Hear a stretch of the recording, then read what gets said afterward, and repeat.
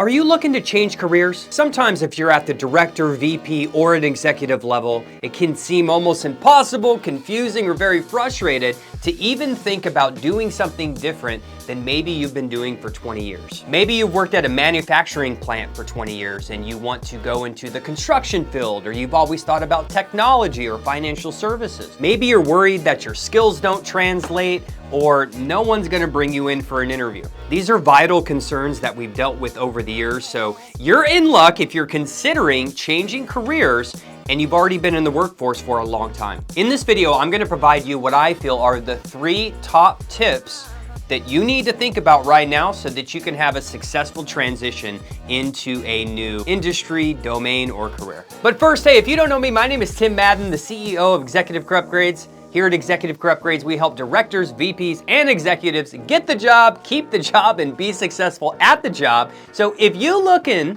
to get a job, keep a job, or be successful at a job, do me a favor, smash that subscribe button below, and let's get into the video. Number 1, the first tip I have for you, no matter what you have done in the past, you have transferable skills that are directly related to another industry or job domain, I assure you. Spending 22 years in the military, there's a portion of my time I've dedicated to help transitioning military.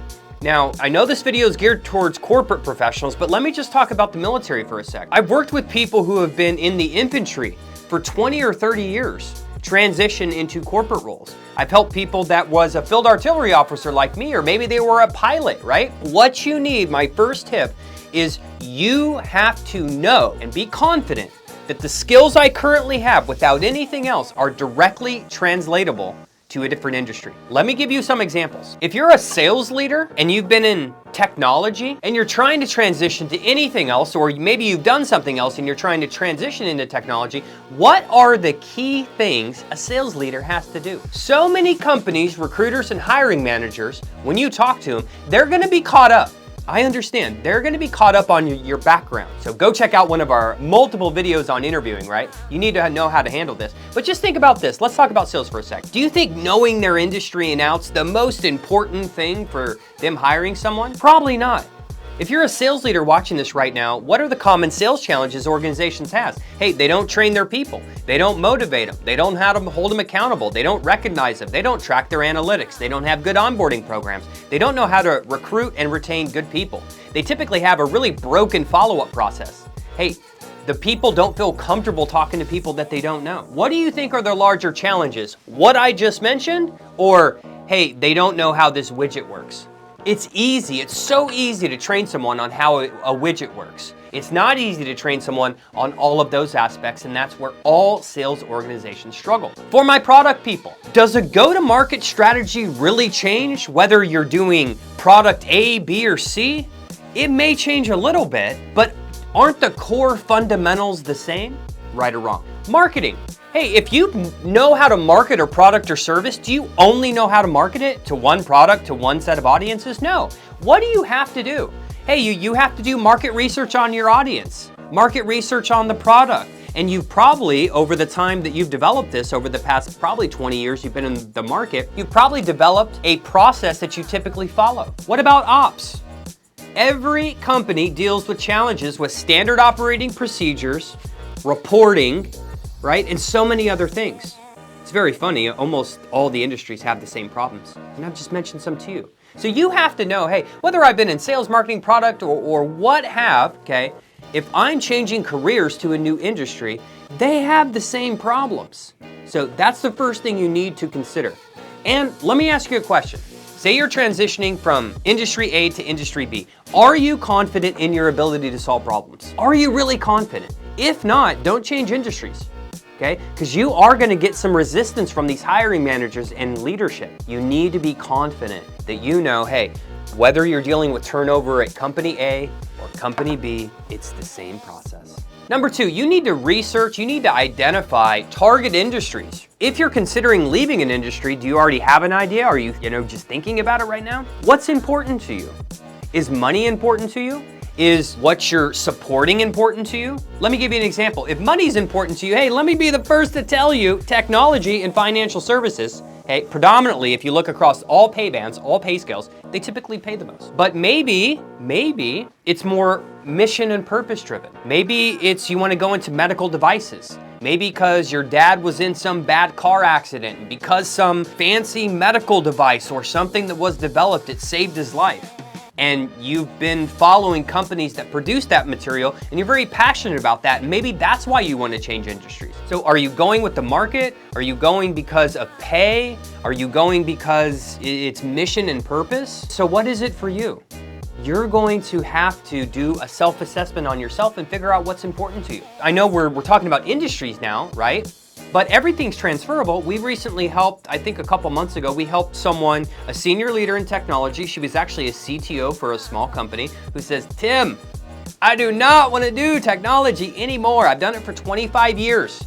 I want to work more on the client side as a customer success professional. And we were like, okay, that's really strange if you're listening, but hey, to each its own, right? We have a CTO who transitioned to a VP of customer success for a technology company. Want to know the shocker too? She makes more money now. She was a CTO at a small company. Now she's the VP of customer success. So how do you do that, right? Highlighting those transferable skills as I did in tip 1. But tip 2, hey, you got to do some research. The good news is we have Google, ChatGPT, we have lots of different things. What is important to you? And let me give you a pro tip here, okay? If you're unsure, okay, make a list of 10, use the random number generator on Google, okay? Because I've worked with some people that's like, Tim, I don't care what I do, I just want to get out of retail. I don't care if it's a construction company, a tech company, an education company, a consulting company, I just need to get out. Hey, just random number generator then, okay? Go by, is pay important to you or is the mission and purpose? But you need to make a decision. It's the hardest thing to get someone to do these days. If not, just ask your spouse. I do it too, right? Hey, what do you want for dinner tonight? I don't know. What do you want? So hey, make a decision. Maybe, you know what, Tim? I know I want to transition industries. I'm just not sure. Pick a deadline. Hey, by Friday at 12 p.m., I have to have this done. Number 3, you have to have a good personal brand. So I want to talk about branding for a second because this is an issue that a lot of professionals make. So number 1, I'm just going to say get help with someone in your personal brand. Do me a favor, go on over to execupgrades.com, click on work with us. Our writing team's amazing here because here's why. Here's the main mistake I see people make. They've been a high-level operational professional in real estate for like 20 years, or all these big real estate companies. And now they're transitioning to any other industry. Typically, their whole resume says real estate, real estate, real estate, real estate, real estate, real estate, a bunch of times, right? The reality is, what do you think that hiring manager's looking at when they're a manufacturing facility, a tech company, or financial services? They're looking at your resume and they might see your accomplishments, but they just see real estate like 25 times or retail 25 times. The challenge for you, since you're not a professional writer, is how do I position all of my transferable skills since I'm no longer gonna do this or I'm no longer gonna be in this industry, and how do I kind of rebrand myself into something totally different? I get it, this is why a lot of people get stuck and they get kind of frustrated. So my best advice is work with a professional who specializes in this. Because if you're branded some type of way and you're looking for another position and it's not making sense, probably it's going to be very difficult for anyone to talk to you. Even military professionals, right? We have to get creative sometimes of, hey, how does a combat arms officer who's been deployed and led people, how do we position him as a VP of operations for a smaller or mid-sized company? You have to be branded effectively with those transferable skills. So when someone looks at your resume, it makes sense, or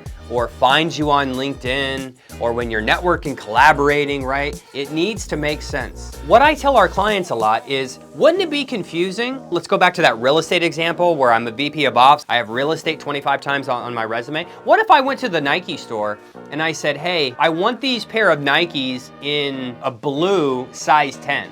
And they brought me back size 11 in orange. That'd be pretty weird, right?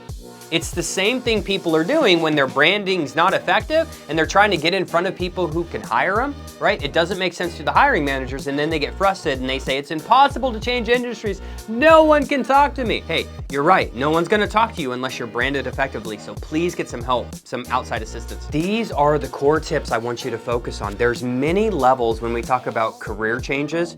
Best advice is get some help. That's not one of the tips, but please go on over to execupgrades.com. But think about this. Number one, you have to make the decision to be like, hey, I'm confident that I can go into another industry or another domain and be just as effective as I am now. Number two, you have to do some research on some target industries, and you really have to figure out what's important for you as you make the transition. And number three, no one's gonna talk to you if you're not branded effectively in regards to that new position or that new industry you're targeting throughout your resume and your LinkedIn profile. Hey, in closing, if you're looking to get a job, keep a job, or be successful at a job and you're at the director above level, please go over to execupgrades.com where you can schedule a free consultation with our team.